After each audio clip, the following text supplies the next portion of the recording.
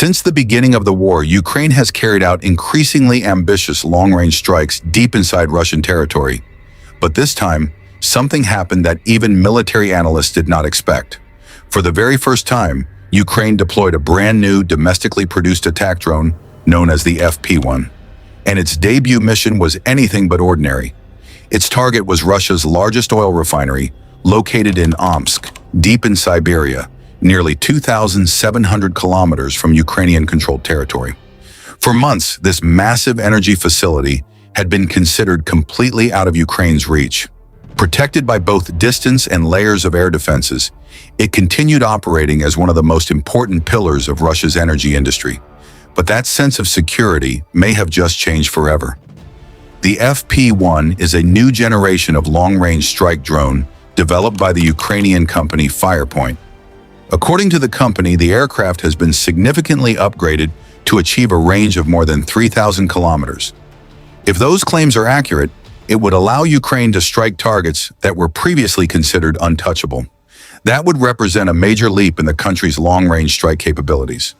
So, how exactly did this unprecedented attack unfold? According to Ukrainian officials, several long-range drones were launched during the night toward one of Russia's most strategically important industrial regions. Russian authorities later acknowledged that the Omsk region had indeed come under a drone attack. Officials said that Russian air defenses intercepted some of the incoming drones. However, not all of them were stopped. At least one drone reportedly managed to penetrate the defensive network and reach the industrial zone where the refinery is located. Moments later, a large fire broke out at the facility. Videos shared by local residents showed flames rising above the refinery, followed by thick columns of black smoke visible from several kilometers away. Emergency crews rushed to the scene as firefighters worked to contain the blaze. Russian authorities later stated that no casualties had been reported, although the full extent of the damage has not yet been officially disclosed. At this point, one important question emerges. Why was this refinery chosen for the FP1's very first combat mission? The answer lies in its strategic value. The Omsk oil refinery is the largest refinery in Russia, processing approximately 23 million metric tons of crude oil every year. It plays a critical role in supplying fuel for both the Russian economy and military logistics. Until now, its extreme distance from Ukraine had made it one of the safest major energy facilities in the country. That is no longer the case. By selecting Omsk as the FP1's first operational target, Ukraine appears to be sending a powerful strategic message. Nowhere inside Russia can automatically be considered beyond reach anymore. If you're enjoying this analysis and want to stay updated on the latest developments in the war, don't forget to subscribe and turn on notifications.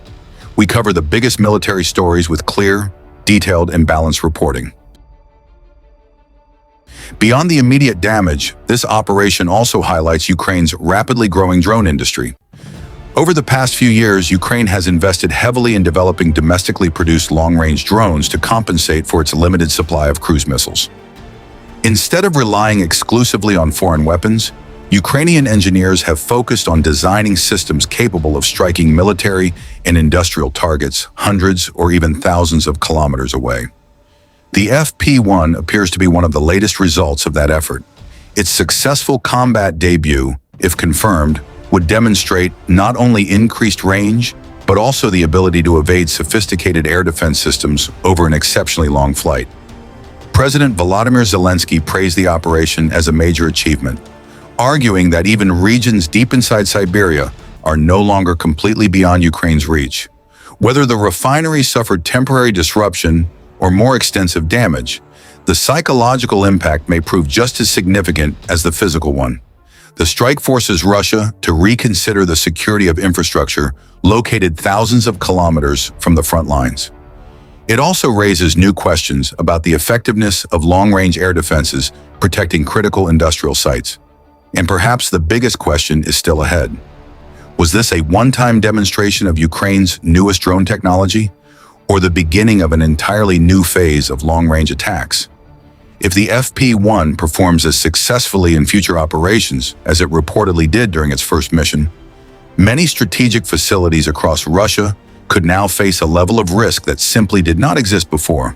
This first operational use of the FP1 may ultimately be remembered as more than just another drone strike. It could mark the arrival of a new generation of Ukrainian long-range weapons capable of reshaping the battlefield far beyond the front lines. The only question now is this: where will the FP1 strike next, and how will Russia adapt to a threat that can reach deep into its own territory?